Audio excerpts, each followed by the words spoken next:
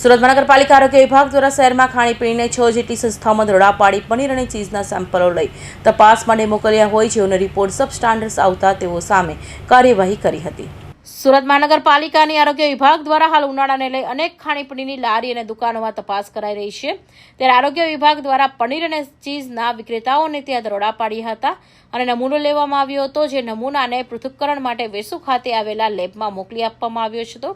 આખરે નમૂના સબ સ્ટાન્ડર્ડ જણાઈ આવતા આરોગ્ય વિભાગ દ્વારા નોટિસ આપી કાર્યવાહી કરવામાં આવી છે। જ્યાં બમરોલી ખાતે આવેલા હિંગળાજ ડેરી, ન્યૂ સિટી ખાતે આવેલા ટોનીટો પિઝા, સુરત રેલવે સ્ટેશન ખાતે આવેલા ઓરેન્જ ઇન્ટરનેશનલ, હોડી બંગલા ખાતે આવેલા શ્રી ભાગ્ય ડેરી, સુરત સ્ટેશન ખાતે આવેલા હોટલ શિફ્ટ અને ફરમાઈશ રેસ્ટોરન્ટમાંથી નમૂના લેવામાં આવ્યા હતા, જ્યાં તમામ સંસ્થાઓના પનીર તથા ચીઝના સેમ્પલ સબ સ્ટાન્ડર્ડ જણાઈ આવતા આરોગ્ય વિભાગ દ્વારા કાર્યવાહી હાથ ધરાઈ હતી। સુરત શહેરના નાગરિકોને આરોગ્યને ધ્યાનમાં લઈ સુરત મહાનગરપાલિકા ના ફૂડ ઇન્સ્પેક્શન વિભાગ દ્વારા સુરત શહેરની ઘણી બધી સંસ્થાઓ, ડેરીઓ તથા હોટલ રેસ્ટોરન્ટમાંથી છેલ્લા ઘણા સમયથી પનીર, ચીઝ જેવા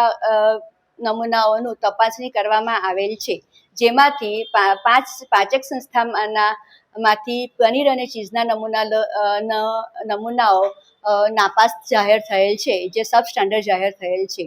સદર સંસ્થાઓ જેવી કે હિંગળાજ ડેરી,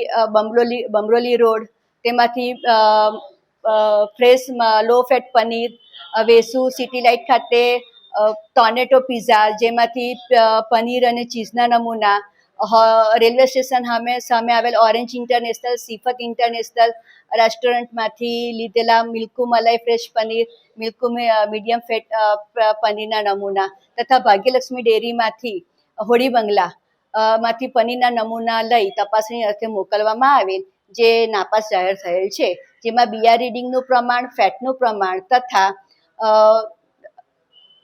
બીરા સિસ્ટોસેરોનનું પ્રમાણ ઓછું અથવા વધુ ધોરણ કરતાં માલમ પડેલ છે। સદર નમૂનાઓ નાપાસ થતા